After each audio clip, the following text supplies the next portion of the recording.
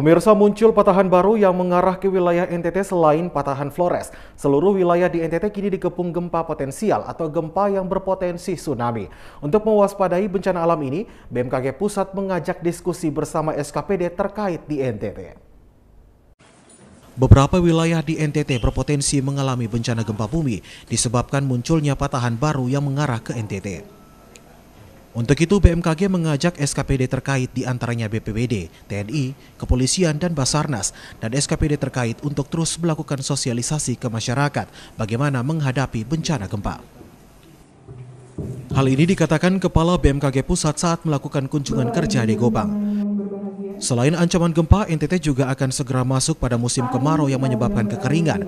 Warga diminta segera melakukan tangkapan air hujan sebagai langkah antisipasi. Selama ini gempa di NTT hanya terjadi karena patahan Flores, namun kini ada patahan baru yang mengarah ke NTT, sehingga wilayah ini sudah dikepung gempa potensial. Untuk itu warga harus lebih waspada, terutama yang berada di wilayah pesisir pantai dan pinggiran sungai. Menunjukkan adanya indikasi peningkatan kegempaan beberapa hari atau beberapa minggu sebelum gempa terakhir 14 Desember. Nah, di situ terlihat ada peningkatan kegempaan. Nah, di mana yang meningkat ini akan kami tunjukkan. Jadi pada layar terlihat wilayah NTT, warna merah di sebelah utara itu adalah yang disebut patahan Flores, terletak di utara di Laut Flores. Nah, patahan inilah yang selama ini aktif terjadi gempa-gempa baik yang tidak dirasakan oleh manusia ataupun yang dirasakan.